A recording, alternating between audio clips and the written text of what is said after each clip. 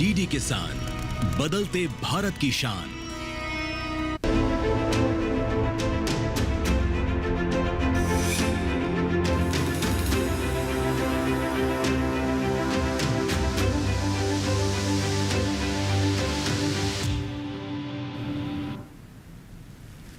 नमस्कार, आप देख रहे हैं दूरदर्शन किसान मौसम खबर में आप सभी का स्वागत है। मैं हूं मोनालिसा। मौसम खबर में बताएंगे आपको कहां होगी बारिश, कहां चल सकती हैं तेज हवाएं, इसके अलावा तापमान की स्थिति, वायु की गुणवत्ता भी हम जानेंगे। लेकिन आइए मौसम खबर की शुरुआत करते हैं बड़ी खबरों के साथ।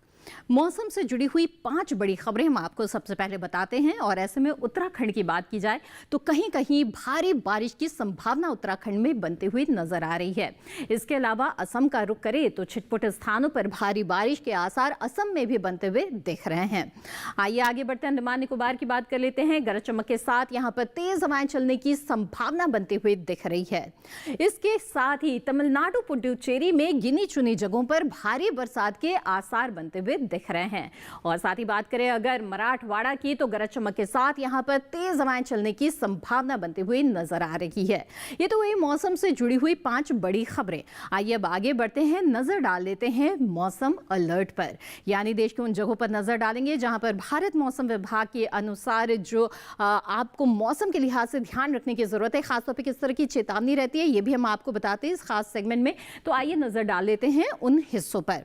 तो ऐसे कई जगह पर है जहां पर भारी बारिश हो सकती है, जैसे कि असम, मेघालय, पूर्वी उत्तर प्रदेश, यहां के लिए खासतौर पे चेतावनी जारी की गई है। इसके अलावा आपको पूर्वी मध्य प्रदेश, बिहार, उत्तराखंड, पश्चिमी उत्तर प्रदेश में भी सावधान रहने की जरूरत है।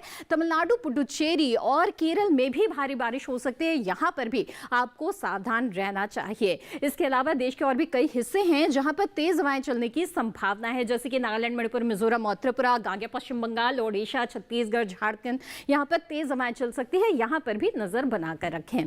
तो जाना आपने देश के वो कौन से हिस्से हैं जहां पर आपको सावधान रहने की जरूरत है। अब मौसम पूर्वानुमान पर नजर डालेंगे और जानेंगे आने वाले 24 से 48 घंटों के दौरान किन हिस्सों में होगी बारिश। तो बात करें उत्तर भारत की तो उत्तराखंड और पूर्वी उत्तर प्रदेश में अधिकतर जगहों पर बारिश हो सकती है। इसके अलावा हिमाचल प्रदेश, हरियाणा, दिल्ली, पश्चिमी उत्तर प्रदेश में भी अनेक जगहों पर बरसात के आसार। जम्मू कश्मीर, लद्दाख, पंजाब में भी कई जगहों पर बारिश की संभावना बनती हुई नजर आ रही है। तो देखिए पूरे उत्तर भारत में बरसात के आसार बने हुए हैं, चाहे वो पहाड़ी इलाके हों या फिर मैदानी इलाके। ये तो बात हुई उत्तर भारत की। आइए आगे बढ़ते हैं। बिहार में, उप हिमालय, पश्चिम बंगाल और सिक्किम में, साथ ही अरुणाचल प्रदेश, असम, मेघालय, नागालैंड, मणिपुर, मिजोरम और त्रिपुरा अधिकतर जगहों पर बारिश के आसार नजर आ रहे हैं। गांग के पश्चिम बंगाल और झारखंड में भी अनेक जगहों पर बादल बरस सकते हैं। साथ ही ओडिशा में भी कई जगहों पर बारिश की संभावना यहां पर बनती हुई नजर आ रही है। ये बात हो गई पूर्वी भारत और पूर्वोत्तर भारत की। अब जानेंगे कि क्या हाल होने जा रहा है दक्षिण भारत में आने वाले 24 से 48 घंटों में। तो केरल, तटीय कर्नाटक में अधिकतर जगहों पर होगी बारिश। तमिलनाडु, पुडुचेरी, दक्षिणांतरिक कर्नाटक में भी अनेक स्थानों पर बरसात के आसार है। उत्तरी आंतरिक कर्नाटक, रायलसीमा में भी कई जगहों पर बारिश के आसार है। तेलंगाना, तटीय आंध्र प्रदेश में भी कहीं कहीं बादल बरस सकते हैं। अंडमान निकोबार द्वीप समूह और फिर लक्षद्वीप में भी बारिश की संभावना यहां पर बनी हुई है आने वाले 24 से 48 घंटों के बीच में। अब जानेंगे कि क्या हाल होने जा रहा है मध्य भारत और पूर्वी जो पश्चिम भारत है उसका आने वाले 24 से 48 घंटों के दौरान।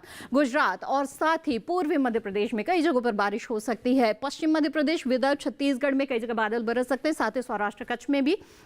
इसके साथ ही आपको बता दें मध्य महाराष्ट्र, मराठवाड़ा, पूर्वी और पश्चिमी राजस्थान में भी कहीं कहीं बारिश की संभावना बनी हुई है। कोंकण, गोवा में भी बादल बरस सकते हैं आने वाले 24 से 48 घंटों के दौरान। तो जाना देश के कई हिस्से हैं जहां पर आने वाले 24 से 48 घंटों के दौरान बारिश की संभावना है। अब जान लेते हैं कि पिछले 24 घंटों के दौरान क्या हाल रहा।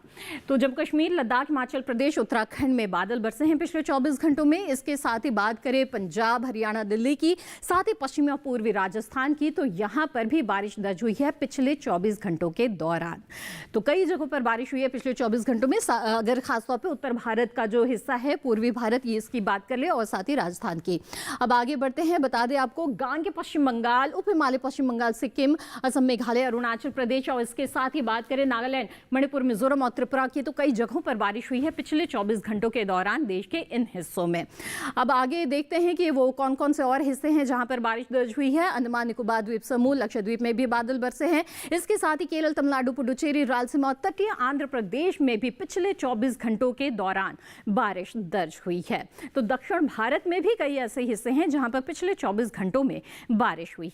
आगे बढ़ते हैं, बता दें आपको छत्तीसगढ़, साथ ही मध्य महाराष्ट्र, मराठवाड़ा, पश्चिमी मध्य प्रदेश, गुजरात, सौराष्ट्र, कच्छ में भी पिछले 24 घंटों के दौरान बारिश दर्ज हुई है।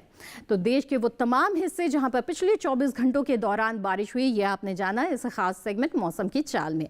और इसी के साथ यहाँ पर मौसम खबर में रुकेंगे छोटे से ब्रेक के लिए। ब्रेक के बाद जानेंगे तापमान की स्थिति के बारे में। आप बने रहें दूरदर्शन किसान पर। टैक्स टाइमली, ये तना छेदक और पत्ता लपेटक को जड़ से मिटाए, कम मात्रा में भी लंबे समय तक। डेढ़हाट और सफेद बालियों पर दे बेहतरीन नियंत्रण।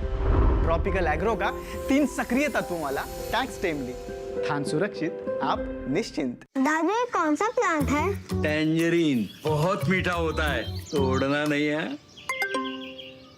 Free foreign trip, click on the link, अभी करता हूँ। दादू रुको, लिंक में क्लिक मत करना। क्यों?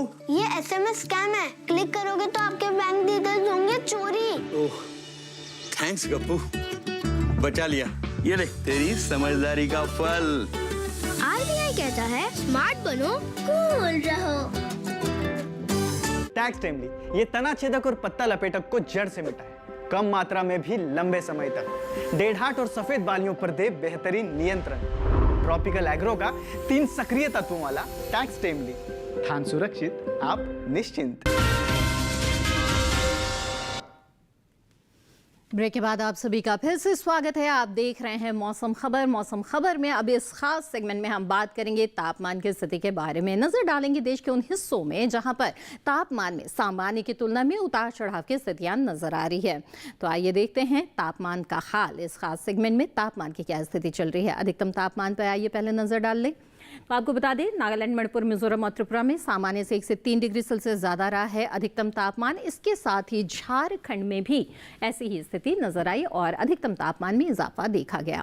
अरुणाचल प्रदेश और उप हिमालय, पश्चिम बंगाल, सिक्किम की बात करें तो यहाँ पर सामान्य से 5 डिग्री सेल्सियस कम अधिकतम तापमान दर्ज हुआ है, यानी कि यहाँ पर जो दिन का तापमान है उसमें कुछ गिरावट रही। वहीं बात ओडिशा की करें तो यहाँ पर विपरीत स्थिति नजर आई और सामान्य के मुकाबले 5 डिग्री सेल्सियस ज्यादा अधिकतम तापमान यहाँ पर दर्ज हुआ। तटीय आंध्र प्रदेश, तमिलनाडु, पुडुचेरी में सामान्य की तुलना में 3 से 5 डिग्री सेल्सियस ज्यादा रहा है अधिकतम तापमान, यानी कि यहाँ पर भी बढ़ोतरी हुई है। अब बात कर लेते हैं तेलंगाना, उत्तरी आंतरिक कर्नाटक, दक्षिण आंतरिक कर्नाटक और साथ ही रायलसीमा की। तो यहाँ पर सामान्य से 1 से 3 डिग्री सेल्सियस कम अधिकतम तापमान दर्ज हुआ है, यानी कि दिन के तापमान में गिरावट रही है। यहाँ पर छत्तीसगढ़, विदर्भ की बात करें तो यहाँ पर सामान्य से 3 से 5 डिग्री सेल्सियस ज्यादा रहा है और इसके साथ ही मध्य महाराष्ट्र में भी इसी तरह की स्थिति दिखी और यहाँ पर भी अधिकतम तापमान में इजाफा देखा गया। अब आइए न्यूनतम तापमान पर नजर डाल लेते हैं। तो हिमाचल प्रदेश, पश्चिमी और पूर्वी उत्तर प्रदेश में सामान्य की तुलना में 5 डिग्री सेल्सियस ज्यादा न्यूनतम तापमान दर्ज हुआ है। रात के तापमान में यहाँ पर बढ़ोतरी दिखी। वहीं उत्तराखंड की बात करें तो यहाँ पर सामान्य से 1 से 3 डिग्री सेल्सियस ज्यादा रहा है न्यूनतम तापमान। साथ ही पंजाब, हरियाणा, दिल्ली में ही जो है ऐसी ही स्थिति नजर आई है जहां पर सामान्य से 1 से 3 डिग्री सेल्सियस ज्यादा रहा न्यूनतम तापमान। गान के पश्चिम बंगाल का रुख कर लेते हैं। यहाँ पर सामान्य से 3 से 5 डिग्री सेल्सियस ज्यादा न्यूनतम तापमान दर्ज हुआ। रात के तापमान में इजाफा रहा है यहाँ पर। इसके अलावा मराठवाड़ा में भी इजाफा देखा गया है। सामान्य से 1 से 3 डिग्री सेल्सियस न्यूनतम तापमान ज्यादा यहाँ पर दर्ज हुआ है। तो जाना आपने देश के वो कौन कौन से हिस्से हैं जहाँ पर उतार चढ़ाव की स्थितियां नजर आई सामान्य की तुलना में। अब देश के सभी अलग अलग शहरों पर सरसरी निगाह डाल लेते हैं और देखते हैं कि बीते दिन यहाँ पर तापमान की क्या स्थिति रही।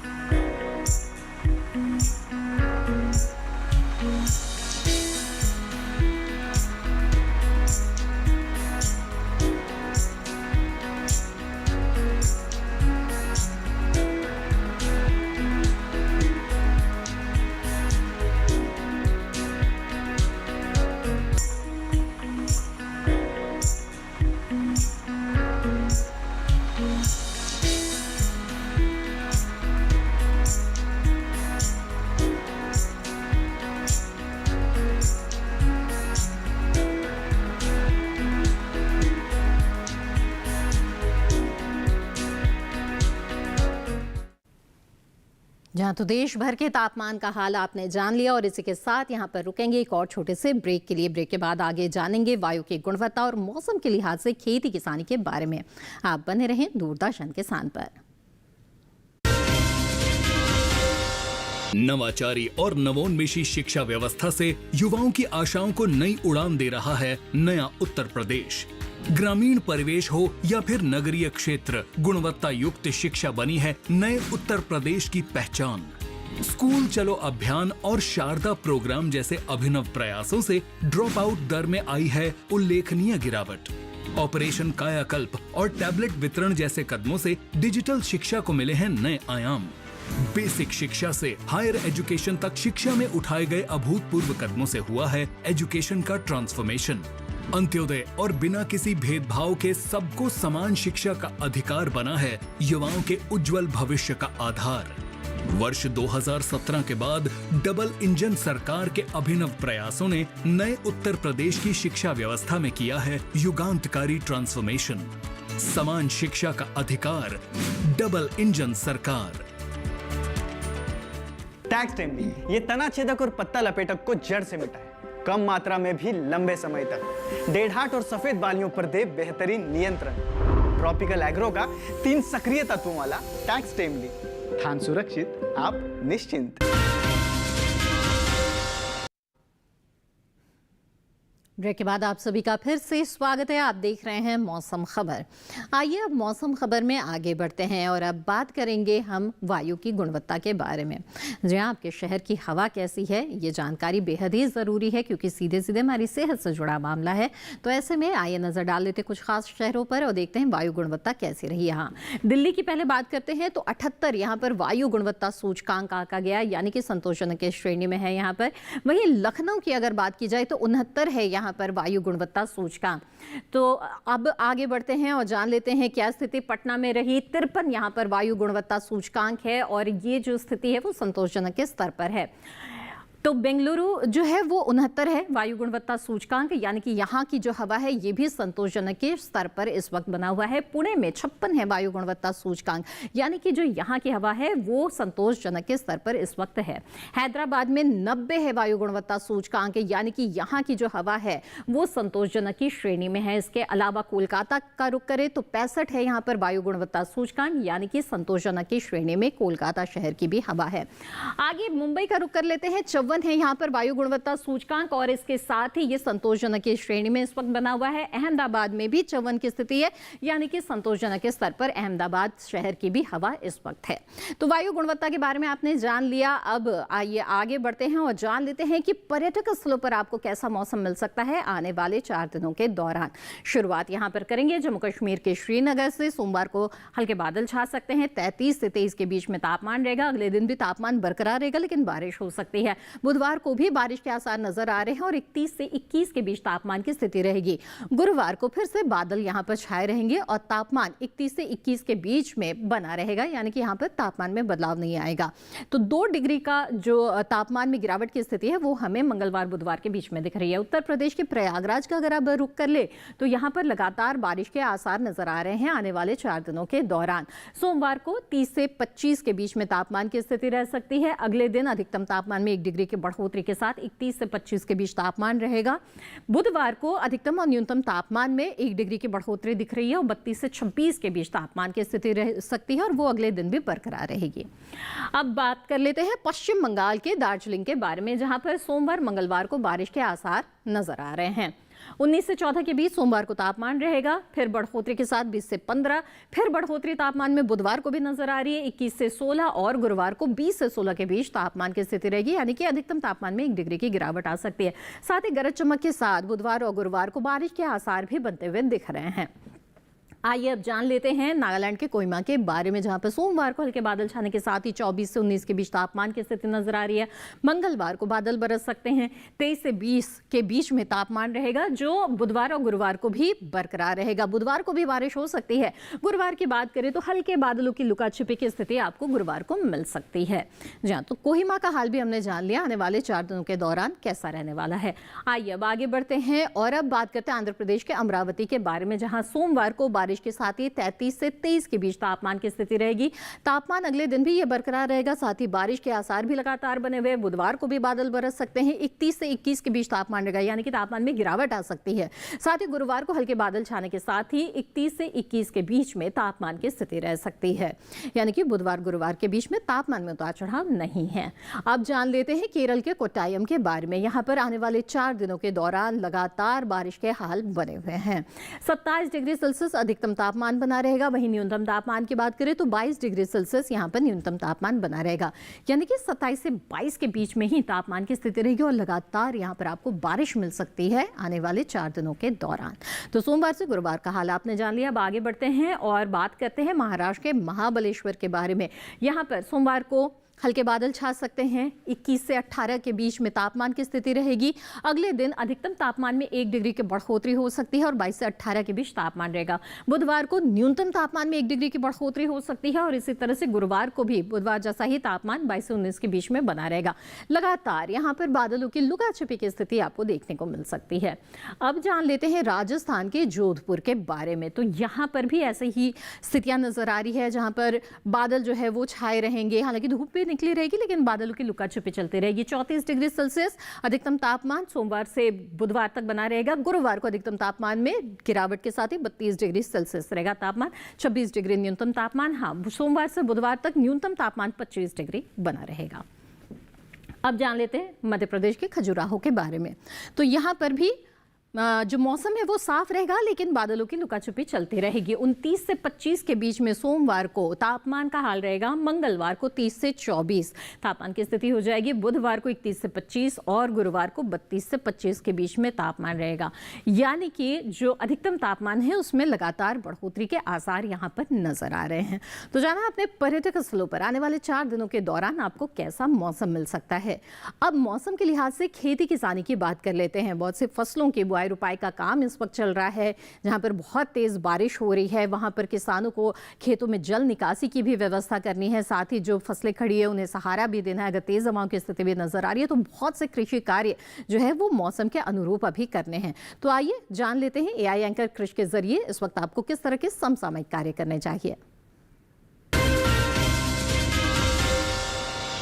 नमस्कार, आप देख रहे हैं डीडी किसान। मैं हूं एआई कृष और आज हम भारत के विभिन्न राज्यों में होने वाली खेती किसानी से संबंधित सलाहों के बारे में पूरी जानकारी देंगे। हिमाचल प्रदेश के उच्च पर्वतीय समशीतोष्ण क्षेत्र में राजमा और सब्जियों की निराई करें और जरूरत के अनुसार सिंचाई करें। यहीं मटर में फल छेदक कीट को नियंत्रित करने के लिए 1.5 किलोग्राम कार्बेरिल को 750 लीटर पानी में घोलकर प्रति हेक्टेयर छिड़काव करें।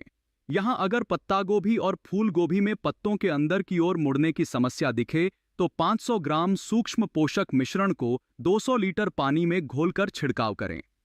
हिमाचल प्रदेश के मध्यम ऊंचाई वाले इलाकों में खीरा, टमाटर, बैंगन और शिमला मिर्च के खेतों से जल निकासी की व्यवस्था करें। टमाटर और बैंगन में कीटों के नियंत्रण के लिए कीटग्रस्त फलों को हाथ से चुनकर नष्ट करें। वहीं शिमला मिर्च में धब्बा रोग से संक्रमित पत्तों को हटाकर नष्ट करें। हिमाचल प्रदेश के उपपर्वतीय और निचले इलाके में धान और मक्का के अलावा खीरा, स्क्वैश, करेला, लौकी, टमाटर और बैंगन जैसी सब्जियों के खेतों में जल निकासी की व्यवस्था बनाए रखें। हिमाचल प्रदेश के उच्च पर्वतीय उपसमशीतोष्ण आर्द्र क्षेत्र में भी खीरा, भिंडी, फ्रेंच बीन्स, टमाटर, बैंगन, शिमला मिर्च और मिर्च जैसी फसलों में जल निकासी बनाए रखें। यहीं पत्ता गोभी, फूल गोभी और ब्रोकोली की नर्सरी की तैयारी करें। नर्सरी को बारिश से बचाने के लिए उसे ऊंचे बेड पर लगाएं और प्लास्टिक शीट से ढकें। इसके अलावा यहां मौसम साफ रहने पर राजमा और रागी के खेतों में निराई गुड़ाई करें। उत्तराखंड के भाबर और तराई क्षेत्र में बारिश के पूर्वानुमान को देखते हुए धान में खरपतवार नाशक का प्रयोग फिलहाल टालें। इसके अलावा यहां गन्ना और मक्का के खेतों में जल निकासी की उचित व्यवस्था करें। भाबर और तराई क्षेत्र में ही मूंग और तिल की बुवाई के अलावा मूंगफली में निराई और रासायनिक छिड़काव जैसे कार्य स्थगित करें। उत्तराखंड के पहाड़ी क्षेत्र में धान और रागी की निराई हाथ से करें। खेतों की मेड़ों को मजबूत करें ताकि बारिश का पानी बह न जाए। टमाटर के फलों को मिट्टी से सीधा संपर्क न होने दें। यहीं फूल गोभी की बुवाई को फिलहाल टाल दें। इसी तरह कृषि और किसानों से जुड़ी हर महत्वपूर्ण जानकारी के लिए हमारे साथ जुड़े रहिए और देखते रहिए डीडी किसान। धन्यवाद। धन्यवाद कृष इस अहम जानकारी के लिए। तो खासतौर पर हिमाचल प्रदेश और उत्तराखंड जैसे जो पहाड़ी इलाके हैं वहां पर किसानों को इस वक्त क्या करना चाहिए आपने जाना। आइए अब भारत मौसम विज्ञान विभाग पुणे के कृषि मौसम वैज्ञानिक डॉक्टर आशुतोष मिश्र से जान लेते हैं कि उनकी आपके लिए क्या सलाह है। बिहार के दक्षिण जलोढ़ क्षेत्र में धान, अरहर, खरीफ मक्का, भिंडी इत्यादि के खेतों और बागानों में जल निकासी की पर्याप्त व्यवस्था और सुनिश्चित कर लें। ऊंचाई वाले क्षेत्रों में अरहर की बुआई तथा निचले और मध्यम भूमि में धान की रुपाई का कार्य वर्तमान भारी वर्षा का दौर समाप्त होने के पश्चात ही करें। उत्तराखंड के भाबर और तराई क्षेत्र में जल भराव से बचाव हेतु गन्ने और मक्का के खेतों में जल निकासी की उचित व्यवस्था बनाए रखें। मूंग की बुआई के कार्य वर्तमान समय में कुछ दिन के लिए स्थगित भी कर सकते हैं। पहाड़ी क्षेत्र में मटर की बुआई के कार्य भी इस समय स्थगित ही रखें। उप आर्द्र उपोष्ण कटिबंधीय क्षेत्र में मूंग और उड़द की बुआई के कार्य भी इस समय स्थगित रखें। धान, बाजरा, रागी और खीरे के खेतों में जल निकासी की उचित व्यवस्था अवश्य सुनिश्चित कर लें। हिमाचल प्रदेश के उप पर्वतीय एवं पहाड़ी उपोष्ण कटिबंधीय क्षेत्र के निचले इलाकों में जल भराव से बचाव हेतु धान, मक्का, दलहनी फसलों एवं सब्जियों में जल निकासी की उचित व्यवस्था अवश्य बनाए रखें। जम्मू और कश्मीर के उपोष्ण कटिबंधीय क्षेत्र में मक्का, उड़द एवं सब्जियों में अतिरिक्त वर्षा जल का जमाव न होने दें। मध्यवर्ती क्षेत्र में मक्का, दलहनी एवं सब्जियों के खेतों में जल निकासी की उचित व्यवस्था भी अवश्य बनाए रखें। शीतोष्ण घाटी क्षेत्र में अतिरिक्त जल निकासी के लिए दलहनी फसलों एवं सेम के खेतों में जल निकासी की पर्याप्त व्यवस्था बनाए रखें। आइए अब मौसम खबर में आगे बढ़ते हैं। बात करते हैं आज की फसल की, जो कि है टमाटर। जी हाँ, ये प्रमुख सब्जी फसल है और साल भर टमाटर की मांग चूंकि बनी रहती है, तो इसकी जो व्यावसायिक खेती है वो किसानों के लिए काफ़ी फायदेमंद होती है। अगर आप भी इसकी व्यावसायिक खेती करना चाहते हैं तो बहुत ही उपयुक्त समय चल रहा है। टमाटर की अच्छी उपज हासिल करने के लिए कौन सी वैज्ञानिक पद्धति आपको अपनानी चाहिए, आइए जानते हैं इस रिपोर्ट के जरिए।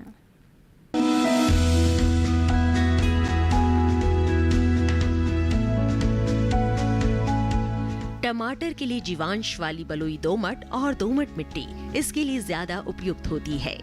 1 हेक्टेयर बुआई के लिए सामान्य किस्म का 400 से 500 ग्राम बीज चाहिए, जबकि संकर किस्म का 150 से 200 ग्राम बीज ही पर्याप्त होगा। जिन किसानों की पौध तैयार हो गई है वो अब इसकी रुपाई कर ले। रुपाई के लिए खेत को अच्छी तरह जोतकर मिट्टी को भुरभुरा बना ले और क्यारियां तैयार कर ले। हर क्यारी 0.75 मीटर चौड़ी और जरूरत के हिसाब से 5 से 10 मीटर लंबी हो सकती है।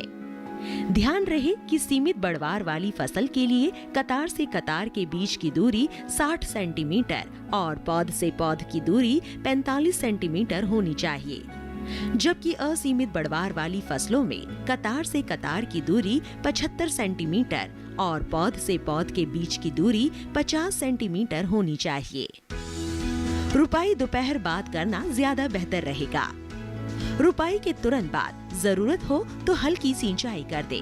बाद में जब भी आवश्यक हो तो पानी देते रहे। खरपतवार नियंत्रण के लिए समय समय पर निराई गुड़ाई करते रहे। टमाटर में कई तरह की बीमारियां भी लग सकती है। झुलसा रोग में पुरानी पत्तियां पीली हो जाती है। टमाटर की फसल में विषाणु से फैलने वाला मौजिक रोग भी खतरनाक है। इसमें पत्तियां सिकुड़ जाती हैं और पौधों की बढ़वार रुक जाती है। रोकथाम के लिए सिकुड़ी पत्तियों को उखाड़ कर जला दे। टमाटर में पत्ती, तना और फल भेदक कीट लगते हैं। इससे ग्रसित पत्तियां गिर जाती हैं। रोकथाम के लिए विशेषज्ञों की सलाह पर उचित दवाओं का छिड़काव करें। जी हाँ, तो जाना आपने कि टमाटर की खेती आपको किस तरह से करनी चाहिए। बहुत सारी उन्नत किस्में इसकी उपलब्ध है, तो अपने क्षेत्र के अनुसार अच्छी किस्मों का चुनाव करें, तभी अच्छी उपज आपको मिल पाएगी। इसी के साथ मौसम खबर में आज बस इतना ही। उम्मीद है मौसम खबर से आपको मदद मिल रही होगी। मौसम खबर को आप दूरदर्शन किसान के यूट्यूब चैनल पर भी देख सकते हैं। इसके लिए टीवी स्क्रीन पर दिखाए जा रहे QR कोड को स्कैन करें, आप सीधे हमारे यूट्यूब चैनल से जुड़ जाएंगे। मौसम का ताज़ा हाल और कृषि सलाह लेकर फिर होंगे हाजिर। तब तक के लिए दीजिए इजाजत। आप बने रहें दूरदर्शन किसान पर। नमस्कार।